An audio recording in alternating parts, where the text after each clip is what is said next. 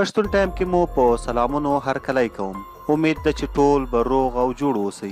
ملګرو، د څو ورځو نه اوازې وې چې د پاکستان قومي کرکټ ټیم فاست بالر شاهنشاه افریدي د پاکستان د کرکټ پخوانی الراونډر شاهد خان افریدي د لور انشاه افریدي سره کوژدن وشوه. خو اوس چې نوي خبرونه راځي په هغو کې ویل شوي دي چې د پاکستان د کرکټ فاست بالر شاهنشاه افریدي په کور باندې پولیسو چاپه وهلي او هغه یې گرفتار کړی دی او نوموړی شاهنشاه افریدي اوس په غټ مشکل کې راګیر دی.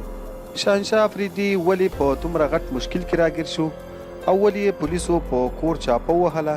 دوستانو، ویډیو تر اخره وګورئ چې په اصل حقیقت پوه شئ.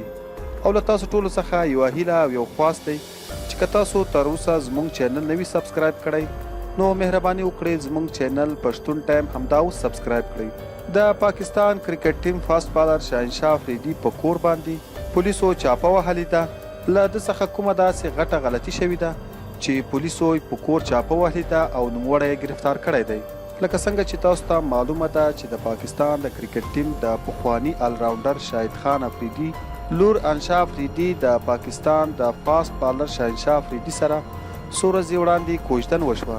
په دغه خوشحالي کې د شاهنشاه افریدي کورنۍ، ورونو او د تر زامنو ډزونه کړي دي او د لنډي کوتل پولیسو یې په کور چاپه وهلې ده. د پولیسو د چاپې په مهال شاهنشاه افریدي سره د ورونو او د تر زامنو په کور کې نو بهر وتی و، نو پولیسو هم څوک نه دي نیولي. او له همدې سره د لنډي کوتل پولیسو بیان جاری کړی چې هیچا ته هم داسې د هوایي ډزو حق نشته. هغه که هر څوک وي، که د پاکستان د کرکټ ټیم لوبغاړی وي او یا هم که کوم بل مشهور شخصیت وي، قانون د ټولو دپاره یو شانتي دی. ملګرو، دا وه ویډیو چې د پاکستان د قومي کرکټ ټیم فاست بالر شاهنشاه افریدي په کور باندې د پولیسو د چاپې په اړه وه. د ویډیو په اړه که څه ویل لرئ نو موږ ته یې په کمنټ کې ولیکئ. د نورو داسې معلوماتي او مفیدو ویډیوګانو دپاره زموږ چینل پښتون ټایم همدا اوس سبسکرایب کړئ. تر بلې ویډیو مو په لوی او بخښونکي رب سپارم.